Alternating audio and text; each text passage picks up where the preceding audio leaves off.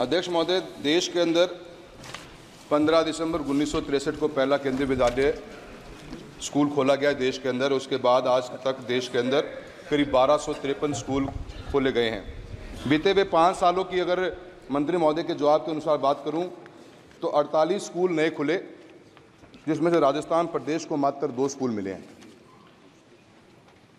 जिस स्पीड से स्कूल पिछले 56 साल में खुले, करीब 22 स्कूल प्रति साल खुलते गए और बीते हुए 5 साल में मात्र 2 स्कूल ही प्रति साल खुले। एक तो ये स्पीड बहुत ही कम हुई और जो गाइडलाइंस बनाई गई थी वो गाइडलाइंस 1963 के हिसाब से बनाई गई।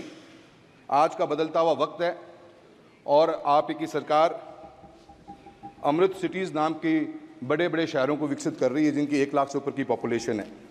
सर, मैं आपके मार्फत से मंत्री महोदय जानना चाहता हूं कि क्या सरकार अपनी नीति में परिवर्तन लाएगी और लाके ऐसे स्कूल्स जो 1 लाख से ऊपर की आबादी के स्कूल्स हैं, जो सिटीज़ हैं, जैसे मेरा यही लोकसभा क्षेत्र का सुजानगढ़ शहर है जिसकी 1 लाख से ऊपर की पॉपुलेशन है, क्या आप अपने नीति में परिवर्तन लाने के बाद में क्या इन ऐसे शहरों में स्कूल खोलने का कोई प्रावधान रखते हो? माननीय अध्यक्ष महोदय, माननीय सदस्य ने सवाल पूछा है और मैं समझ सकता हूं लाजमी है कि केंद्रीय विद्यालय संगठन की जो साख है उसे देखते हुए सभी सांसद चाहते हैं कि उनके क्षेत्रों में इसका विस्तार हो। पूरे देश में 1253 केंद्रीय विद्यालय खुले हैं और 6 साल के दशक में चाहे एकेडमिक परफॉर्मेंस हो, किसी भी मानक को आप देखेंगे तो दूसरी संस्थाओं को सरपास कर रहा है। राजस्थान के संबंध में माननीय सदस्य ने सवाल पूछा है और सुजानगढ़ के संबंध में मुख्य सवाल में उन्होंने पूछा। सुजानगढ़ को लेकर अभी हमारे पास कोई प्रस्ताव नहीं पेश हुआ है और उसकी एक पुरानी प्रक्रिया है, जिस प्रक्रिया को, जिस नियम को हमें फॉलो करना पड़ता है। माननीय सदस्य। मंत्री महोदय, मैंने यही बात पूछी है कि क्या हम पॉलिसी को चेंज करने की कोशिश करेंगे, क्योंकि आज की तारीख में दूर दराज के अंदर जहाँ स्कूल है, आज मेरा केंद्रीय विद्यालय जहाँ चूरू में है उससे 150 किलोमीटर की दूरी पड़ती है सुजानगढ़ की, और हम चाहते हैं कि हर एक पॉइंट पे एटलीस्ट हम अमृत सिटीज़ को तो टारगेट करें जहाँ 1 लाख से ऊपर की पॉपुलेशन है, और सुजानगढ़ को भी आप इसमें प्रायोरिटी लेंगे। इसी तरह आपने जो भी अपने आंसर में बात बताई कि central institute of higher learning जो है उनके 12 स्कूल खोले गए पूरे देश भर के अंदर, जिसमें राजस्थान को एक भी स्कूल नहीं मिला। ये जरूर एक अच्छा कॉन्सेप्ट है, पर इस कॉन्सेप्ट के साथ में राजस्थान को इससे वंचित किया गया है। आप इसकी शुरुआत सुजानगढ़ से करना चाहेंगे? मेरा आपसे क्वेश्चन रहेगा। अध्यक्ष जी, जैसा मैंने अभी कहा, एक प्रक्रिया है और उस नीति के तहत केंद्रीय विद्यालय का निर्णय लिया जाता है।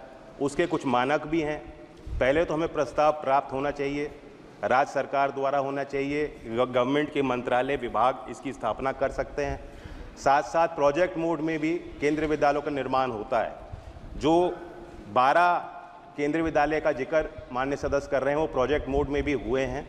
राजस्थान हमारी सरकार की प्राथमिकता रही है और आगे भी केंद्रीय विद्यालय संगठन की तरफ से वहाँ जो हमारी संस्थाएं हैं उनकी देखरेख को लेकर, उनके व्यवस्थाओं को लेकर हम निरंतर काम करते हैं। हमारी नीति में जो मुख्य प्रावधान है कि किस हिसाब से केंद्रीय विद्यालय स्थापित होगा, पहले तो प्रस्ताव आना चाहिए, ज़मीन आवंटित होनी चाहिए और टेम्परेरी अकोमोडेशन की सुविधा भी होनी चाहिए। उसके बाद ही हम आगे बढ़ सकते हैं। और केंद्रीय कर्मचारी भी होना चाहिए। जी, मैं माननीय सदस्यगणों से आग्रह करना चाहता हूं, ये प्रश्नकाल का पहला दिन है। माननीय सदस्यगण भी प्रश्न संक्षिप्त में पूछे, माननीय मंत्री जी भी संक्षिप्त में जवाब दें, तो हम ज़्यादा क्वेश्चन ले सकते हैं। ये मेरा आग्रह है। श्री गोविंद कारजोल, सभी मान्य सदस्यों को जो प्रथम बार आए उनको पर्याप्त मौका देंगे। मैंने कनी मोदी जी को बता दिया, वरिष्ठ सदस्य को भी आग्रह किया है कि पहले प्रथम बार चुनकर आए उनको प्रश्नकाल में प्राथमिकता देने का मेरा आग्रह है, जिसको सदन मानेगा। आपको बोल गोविंद अभी गोविंद। Honorable Speaker, sir,